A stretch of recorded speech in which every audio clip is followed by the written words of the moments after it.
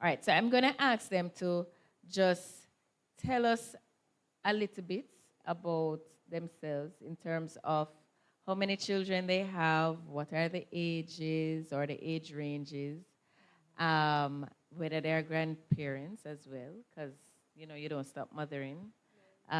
So yes, so let's start with Tamara.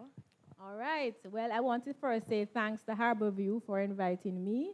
I know it's not because of my expertise, as Claudia put it, but maybe they think I will talk the things, which I don't mind. So thanks for the invitation. I'm a mother of two.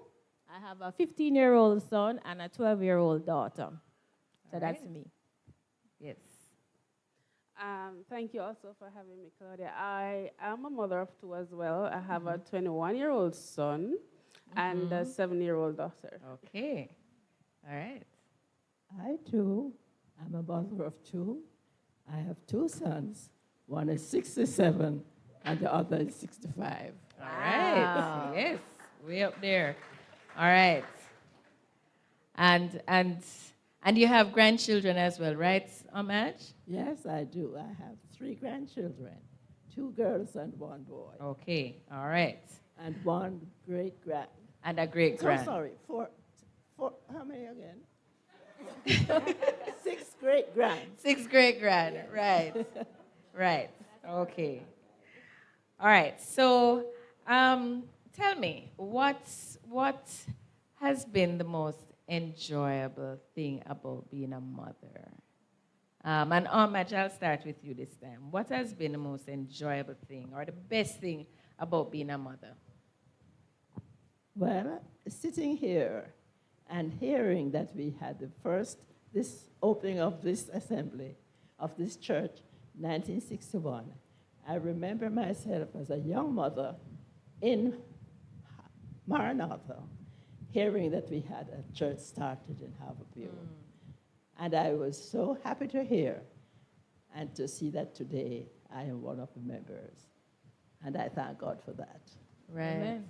And just the journey of that, and as the church has journeyed, just seeing your own children journey through the years. Yes, yes.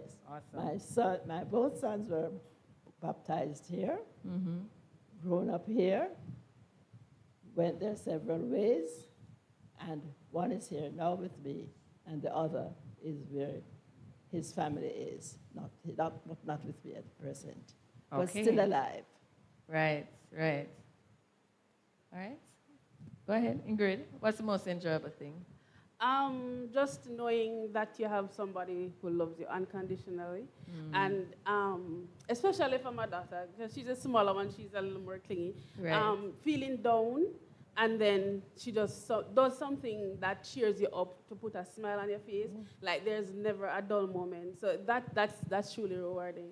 Awesome, awesome. And for me, I think it's when the children do well. After you do all that you do for them, and then you see them shine in whatever sphere of life, it's very rewarding and brings a smile, instant smile to your face. Yes. Yeah. It's like the fruit of your labor, right? Oh, yes. Literally and figuratively. Oh, yes. All right. And what would you say is one or more of the more challenging things? I should start? Yeah, sure. I have two.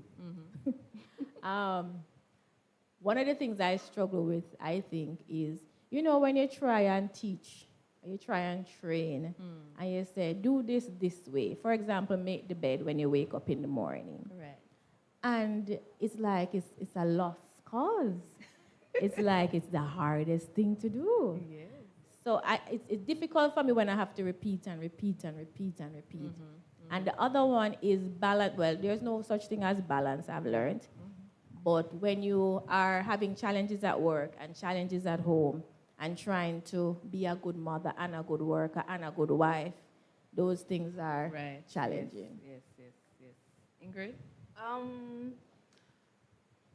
For me, it's the same thing, like trying to get them to do something a particular way, and for the life of you, they don't see why you want them to, until at the end of it, when something goes wrong, you say, oh, you see, that's why I was telling you to do it that way. And also, sometimes you want a little 5 minutes to yourself, but like, as being a Christian, you don't get any time off. Being a mother, you don't get any time off at all. Right, So right. that's a little challenging Yes, at times. yes. Aunt Madge. And I suppose for Aunt Madge, you have run the gamut. You probably have lots of challenges, but give me your top 2 or so. My main challenge is that I had my first children just as I got married. Ah. So when I found myself expecting the second, I said to my husband, "You've got to go." Because I do not hope to have all the children for Jamaica. And I cannot train them. So you will have to go and get yourself more ready for a bigger family than the one you're making. He said he wouldn't go. He said, "Well, if you won't go, then in time I will go." He said, "Well, I will go." So he went. When he left, he went on the plane. I hollered. I didn't realize what I was doing. But I went home and I had my 2 babies with me, one there and the other there. And I just committed my way to the Lord. And since then, I taught him, when you see the plane passing, say, "Hello, Daddy, make haste and come back." I said to the other one, I was a teacher, and I used to have children come to help them at home in the evenings with their lessons, and he used to see me teaching them. I never had a cane in my hand, never a strap in my hand, but I noticed that the bigger one, he was around 2.5 at the time, or 3, he would take up a bag, take up a stick, and walk around with it as if he were a teacher. I said, "So it's teacher you're going to be? All right." That little one, no. I couldn't see what he was going to be, but I have to leave him to God. So when the plane is passing, I say, "Hello, Daddy, make haste and come back." So he would always say, "Daddy, it's here I live, you know. Come, stop here." So one day he said, "I can't bother." I noticed the plane was passing and it didn't go out. So I said, "You're not going out." He said, "Trouble me, and I'll come back." When I had to take that seriously, I realized that training my children would be my task with the help of God. But with the help of God, we came through, and there is one, and the other is where he is. Yes, And I thank God for that. Amen, amen. Amen. So almost for a while you were like a single mother. Well, I In a was sense. most of my life like a single mother, because eventually my husband went to university abroad, and you know what black people are when they go up there.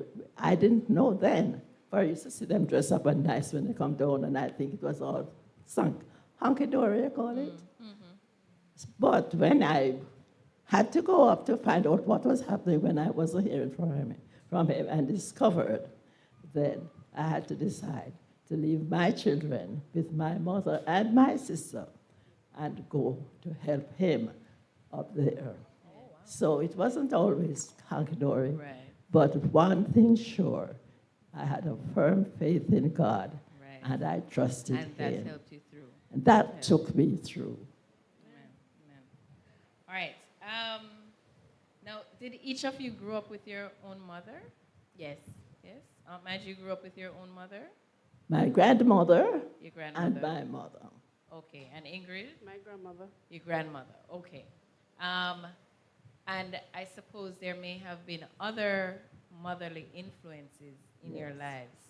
For Who were those influences, and how has the way they mothered you influenced how you now mother, or how you have mothered over the years? You can go ahead, Tamara. All right. So I grew up with my mother. She was a single parent, I would say, for the most part, but she also had a common law husband.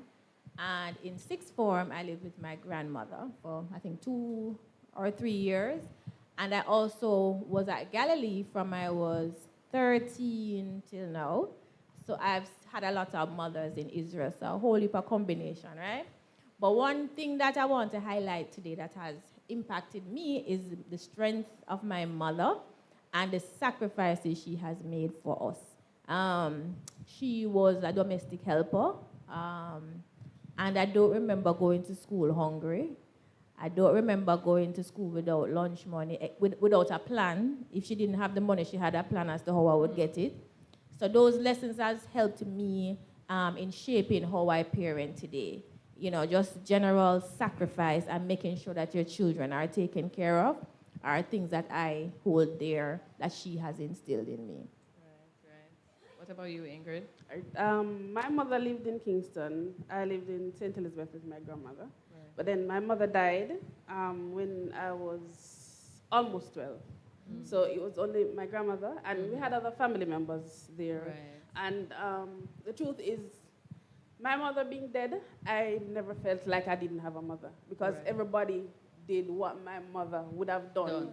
Just the same. So there's always somebody there. I never felt wanting of anything or anything like that. So that's what I try to do for my children.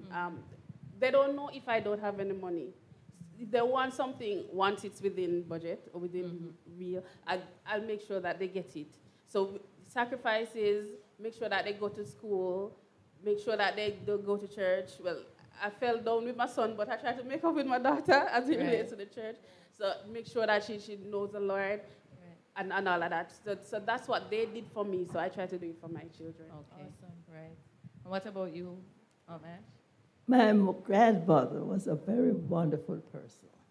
Her name was Alice Jane Walker, and she became Alice Jane Wollaston. She had a husband who everybody called Ghostman because he was so quiet. He never spoke, but he had a super jack up in the ceiling. So if anybody was misbehaving and they see the grandfather look up on the house top, they know what to do. They have to stop right away. But my grandmother, when I began to talk, taught me the children's prayer, gentle Jesus, meek and mild. So I would sit on the bed and say the prayer, and she would sit by the bedside, and we would say good night. So she thought I was big enough now to come down and kneel down and speak respectfully to my God. So I should no longer lay down in my bed. I should come and kneel down. I thought it was fun. So I decided to make fun of it and laugh, and I got a good licking. So I had to go down and pray and say my prayer. When I was with my grandmother. My mother was not yet married until my mother got married. She got married when I was 7 years old. But before that, one day, we lived in St. Anne. And Good Friday, everybody used to go about with a bun on the head and sell a bun, and the parents would buy the bun and give the children a bun. And my grandmother bought my bun and gave it to me and took me for a walk up another hill.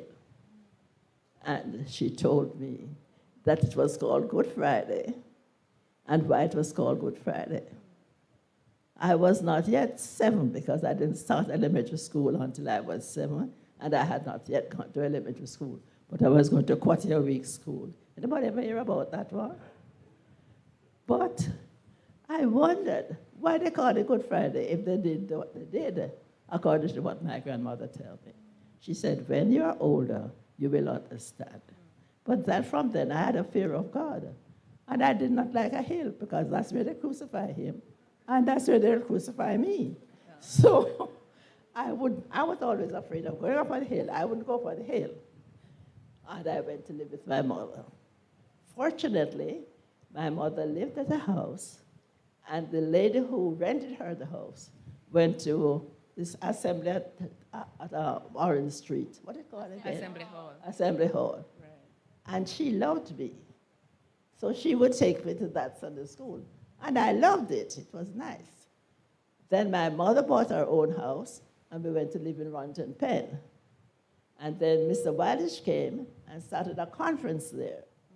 And started, and when he had the conference there, I began to go, and I love that one too. Then my mother, being an Anglican, sent me to a St. George's Sunday school.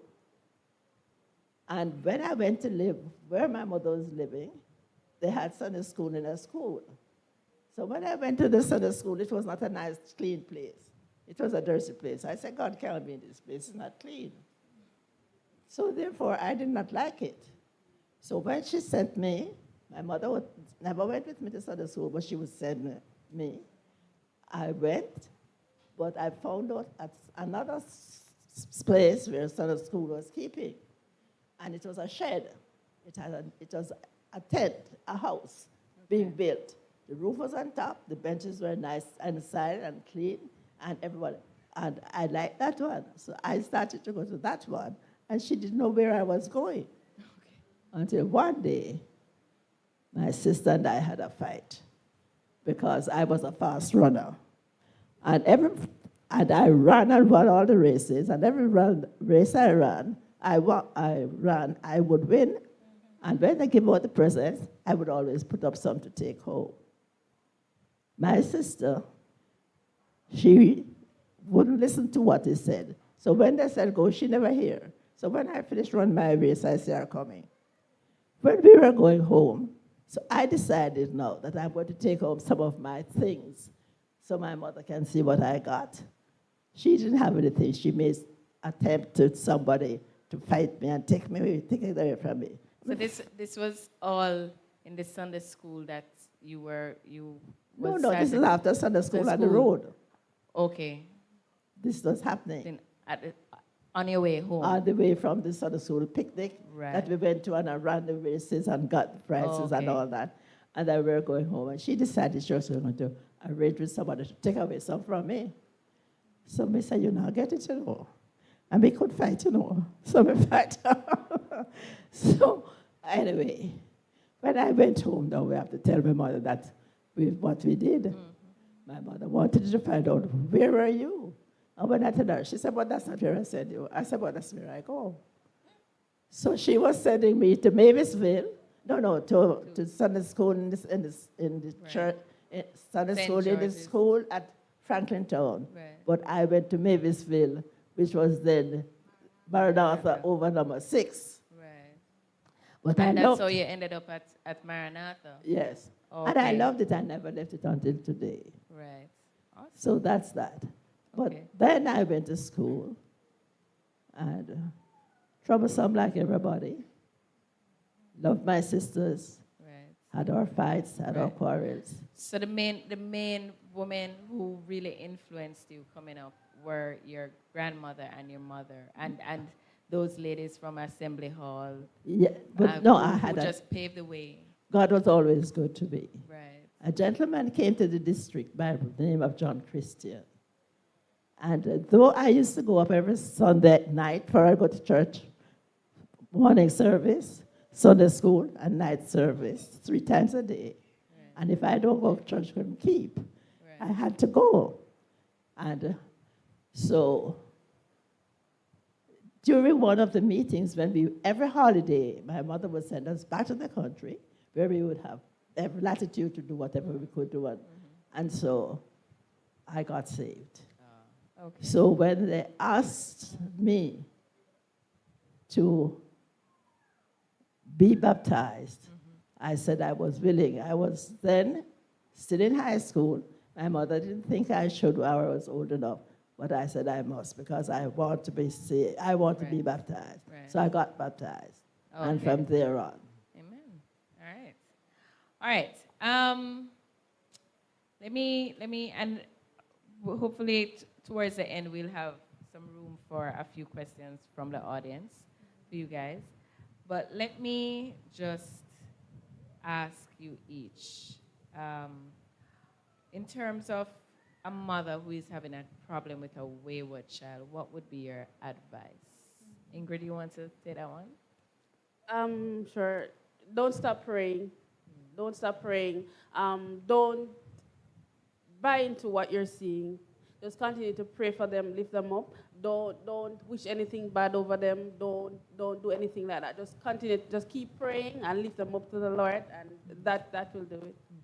So prayer for you Is key. Key. Anything to add to that? Yeah, I would also add to surround yourself with support. I think that's one of the most challenging things as a mother to go through when your child is not, doing or excelling in the ways that you would want them to excel. So counseling is a big thing, as well as people, just whether sisters in the church or guidance counselor at school, somebody to help you to figure out what is causing this issue with this child. So I think that is critical, and I would add to the prayer. Okay, all right. Now, each of you are pretty much kind of at different stages in your lives as mothers. And Aunt Madge, I want to come back to you because you have, as you said, you have children who are now in their 60s. They have had children and they have had children. Yes, You are yes, a great-grandmother. yes. How have you parented through the different stages of your life as a mother? How has that changed for you, moving from mother to grandmother to mother with adult children to mother with children who are themselves grandparents? How has that changed for you over the years? Fortunately for me, being a teacher, I've always had to deal with children. So I knew that children, no matter what they are, will be children. Because I was a child too, and I know what children do. Right. So I could always see with them when they do what they do. And if I have to reprimand, I do. But if I don't have to reprimand, I may counsel. I say, I would like to see you later. We'll talk about this. But never forget to pray and ask God to help you to be the best person that you can. Right. And you will be that person when you accept the Lord Jesus. So accepting the Lord Jesus is the way out for you. Right. It was the way out for me, Yeah. and it will be the way out for you. Okay. And I took them along that line. Right. So I you've was interested always- in their spiritual lives. Right. How when your sons moved from being teenagers, beginning to become adults, how did you transition? How did you help them to become men who are independent and living on their own and that sort of thing? And I know as mothers that can be difficult. Yeah, yes. You kind of have to cut the strings. How did Well, you do that? One thing I realized is that no matter how good you are, there is plenty of good in the best of us and plenty of bad in the best of us. And there is plenty of good in the worst of us as well as plenty of good. So each of us have good and bad. Right. Now, I may find you at one of your bad days. Let us see how we can talk about it. Let me see what we can do about it. And it never end up too badly. Right. So having to counsel children and visit them at home and seeing the problems they were having helped me in growing my children. Right. So that I Right, knew right. that the best place to take them is to the church, the Sunday Right. school, and to the God in prayer. Okay, all right. And Ingrid, you, as you said, you have a 21-year-old son and a 7-year-old daughter. How is it different having parented a 21-year-old, a son who is now 21, and having a 7-year-old daughter? There's a big age gap, but also it's a boy and a girl. How has that been different for you?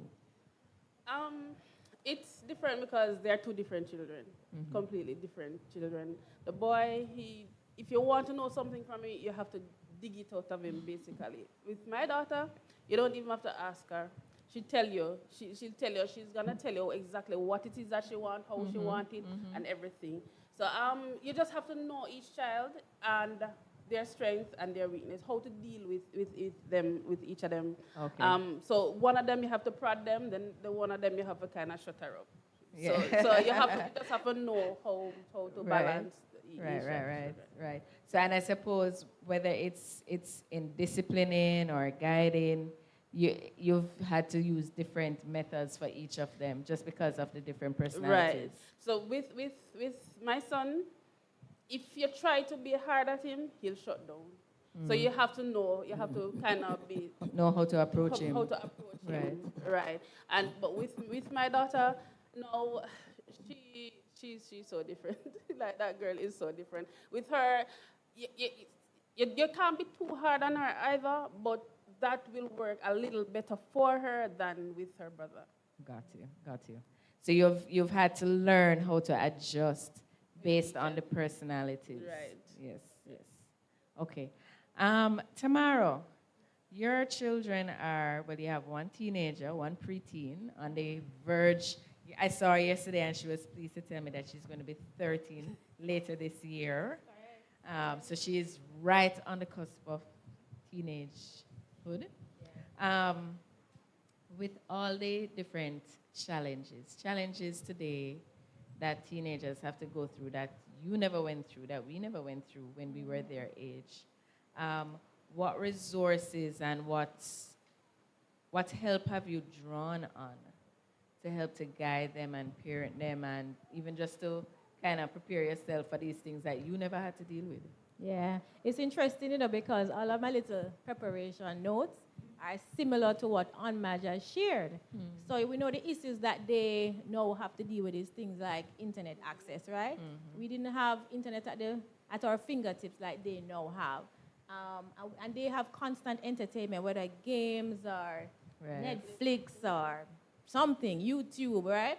So those are challenges I find because those they are distractions to you doing, whether your chores or your work or whatever it is. And some of the things that I do are, as I said, similar.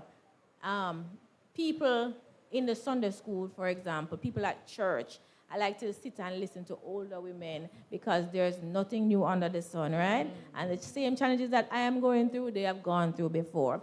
So that is something that has helped me, listening to older women with older children. And when I get to that stage, I can utilize those same lessons, right?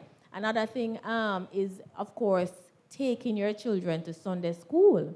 That helps you to know how to teach them at home because you're learning things at Sunday school that you now have to implement whether at home or at school. So that is some of the things that we do at home in trying to, I guess, counteract the different issues of today's age. Awesome. All right. And I think there was a question I had about our theme, Generation Rescue, but I think you guys have really, answered it in different ways. How can we really partner with God in rescuing our children? And as you said, just taking the advice from older mothers, older persons who have gone through, because as you said, there's really nothing new under the sun. It's the same issues just presented in a different way. Correct. So, approaching it, the prayer, the advice, as Aunt Mad says, understanding that children will be children and being patient and understanding that, yes, they're going to go through these phases. As Ingrid said, that's the personalities and how to approach the different personalities. And not parenting every child the same way.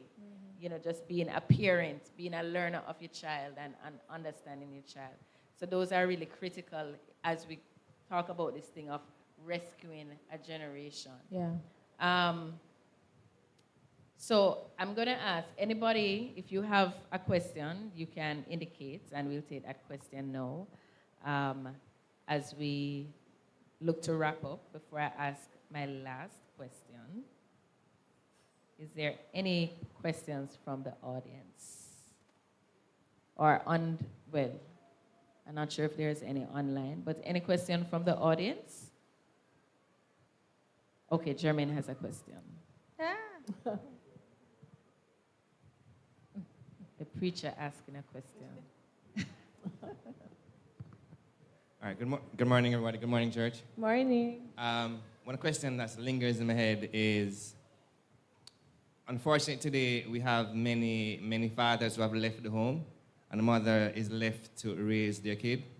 What do you say to the mother who is struggling to do that? How does a mother deal with the resentment of it, but still parent her child in a way that's honoring to God? So how does the mother deal with the idea of father not being there, but still loving her child, not taking it out on her child? Walk us through that. First, as I said, don't take it out on the child. Remember that you are the one who brought this child into the world. They didn't ask to be here. Regardless of the fact that the father is not there, the child is your child. So show the child love just the same. Don't think about what the father did, because if you do that, then it's not going to be easy. It's not going to be easy for the child, and it's definitely not going to be easy for you. So just think of the child as the child and not the father. I just want to say single parents are the real MVP. Because I already have it hard with a husband. I don't know how it would have worked out with a single situation. But my mother did it, right? It's interesting you ask that question, because just Friday night I had a link up with some girlfriends, and that was what she shared, that this is a struggle and she feels like she's taking it out on her child, and we were there to help her. Because really and truly, sometimes you just need a sounding board. You need somebody else to talk to say, this is what I'm going through. How can I improve? And for her, she actually needs counseling. She needs to go to a therapist and get some help to work out the anger issues, because there are things there that are not resolved. And that may be the same for people here. I think we try to do it, this. I'm so strong. Yes. Jonathan McReynolds have a song now, something is overrated. Strong is overrated. I think if you need help, get help. Yeah, don't pretend. Get the help. Get the help. How much you want to, because as you said, for a while you were like a single parent for most of the time. Well, there was never a time in my life when I did not feel committed to the Lord. First, I wanted to be a missionary, and then I did not become a missionary, and I became a teacher. I said my missionary work could be done in To teaching, your children. and I transferred it there. And then teaching the children were like teaching my own. Every child to me was like my own child. And if they did anything, I would think of my two children. I remember when he started school, the teachers were talking at the back of the class one day. I was teaching at a special school. I was teaching the upper classes, and he was down in the first class. And the teachers went together and were talking together among themselves at the back of the class, and the children misbehaved. She had given them a paper to write their O's on, and they should put on the line onto it to make it into A's. And the children had done that, and the teachers were talking together. And then he stand up and went and said to them, "But teacher, but they're not behaving." So she came and she said to me, "Marges, what kind of picnic that you have? You come and tell me the children not behaving." And he was one of them. And he was sat down there. But anyway, he knew from then there were certain things that he should do, even at that stage, and certain things that were not for him to do. Okay. So we have to teach them that we have to accept what children will do, and say, as a child, you will do that. And my son used to like to go and pick up a mango from under the mango tree, and he would come and biting it and eating it and tell me to wash it. I said, "But you're eating it already, why should I wash it?" You should not be eating it because it needs to be washed. But then, in future, him still do it. I didn't say anything about it because I knew that as soon as he learned, he would. We would get it. So you have to give him a chance to learn. Right. Any other questions? Yes. Okay, I see 2 hands. Venice has a hand, and over on this side.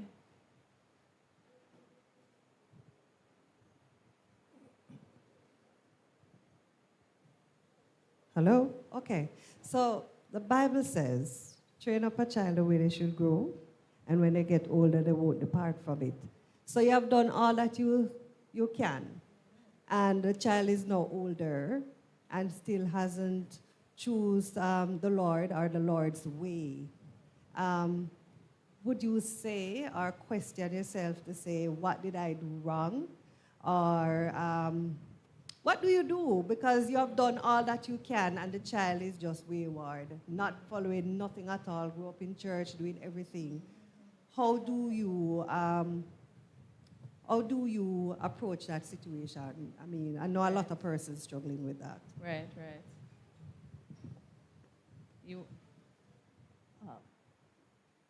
You heard the question out, Madge? No, what?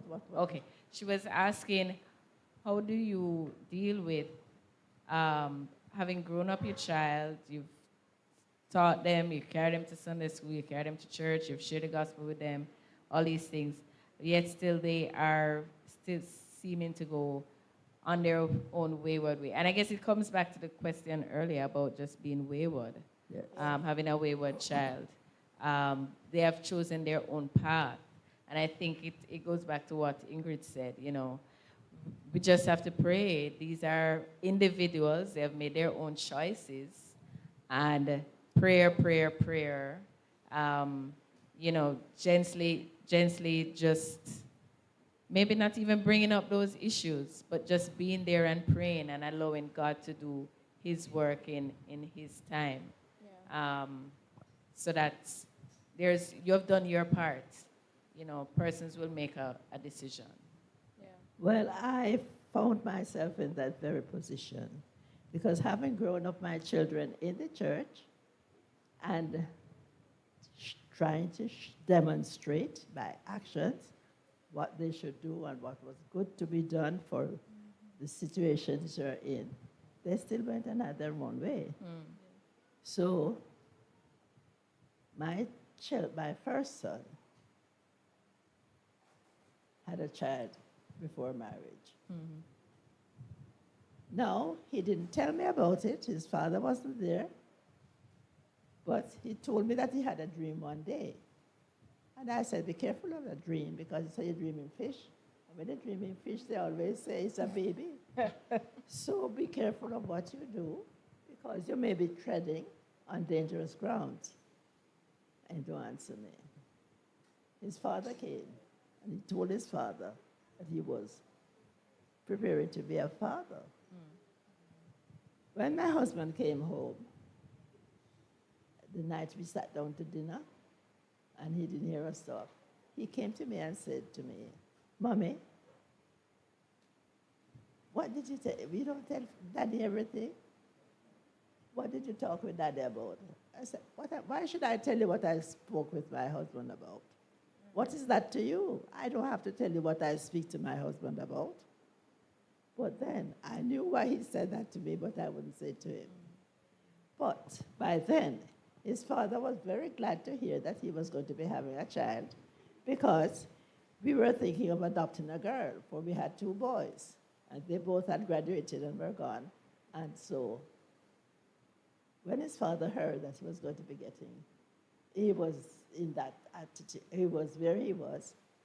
He thought the father would say to me, but the father did say to me, but I wouldn't tell him his father tell me. I said, why should I tell you what my husband told me? So how did you deal with as you said, them With the going situation? doing their not necessarily that situation, but the fact, as you said, that they kind of moved away from the Lord at that point. Yes. When they got older, how did you deal with it? Was it a matter of I praying realized at that point that it was in God's hand.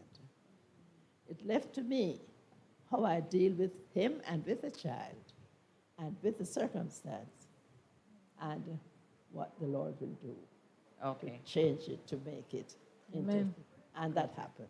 Gotcha. Amen. Okay. All right. Awesome. We do have one last question. Somebody had raised their hand, so I'm going to take it, but we have to wrap, so this will be the last question. So go ahead.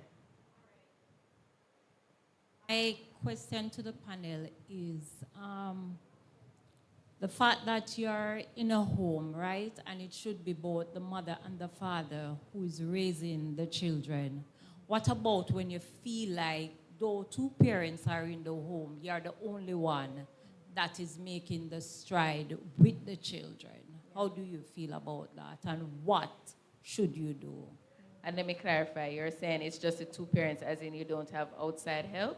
No, No, the fact that you're there as parents, but it feels as if you're the only one that is Okay. parenting the child. Got you. Okay. That's a tough one. You want to take it, Ingrid? It really is a tough one. The thing is, if you focus on what the other person is not doing, it's gonna frustrate you. So my advice is do what you are called to do. Because trust me, if you focus at, oh, I should be doing this, or you should be doing this, and you're not doing it, it's going to frustrate you, and it's just gonna cause you to be bitter, and that you don't want that. So just do what you are called to do. Just do what you are able to do, and pray that the other person will pick up the slack. I would also have a conversation like, me nah kill off myself alone. Like at the 2 hours still, you know. And even after that conversation, no change. I guess I would go on Ingrid's side. But one of the things I want to leave with mothers today, which is something I'm working on, is the whole matter of self-care and ensuring that your mental health is also taken care of. And so I've told younger mothers, it's okay if the house is not 100% clean. It's okay to see some dirt sometimes. It's hard, right? Because we always want to do everything the right way. But if it's going to come between your health and the house being clean, which one you're going to choose, right? So for me, it's important for you to take care of yourself as well. Yeah. Yes. And I think that's a good point to end on. Just as mothers, as we celebrate Mother's Day, the whole thing of self-care, as Tamara said, you know, sometimes we have to let the house go. Just it's okay. You know, you clean and the children come in and 5 minutes later the house look like it never clean. You know, we all know how that is. And we just have to let it go. Just let it go and move on, you know. Going out with the friends, taking time away to just kind of de-stress and do gardens. You know, wherever it is, even when you don't have money in your pocket, there are free places that you can go just to hang out with some friends. That's not, and you're not talking about the children necessarily, but just to hang out, just to have fun, you know. Those are the things. You know, you each know what helps you to rejuvenate and to fill back up that cup. You know, so do those things and encourage yourself. All right, so we really want to thank our panelists for being here with us this morning. It was a pleasure to have them. Aunt Madge, and if you're wondering, how old is she? Aunt Madge, how old are you again? It's 95 or 96? 96. 96. Yes, Aunt Madge. You see, and she moving around and so on. So we are really blessed to have her here with us. And she's really a blessing to us as a church family and thing. And thanks again, Ingrid, for just coming and sharing. You know, I'm sure we learned a lot. You know, I love the point you made about just the different personalities and parenting them differently. That's really important. And thanks again, Tamara, for missing your Mother's Day celebration at church this morning and being here with us to share with us. Thanks for having me. It was a pleasure. All right. All right. Thank you.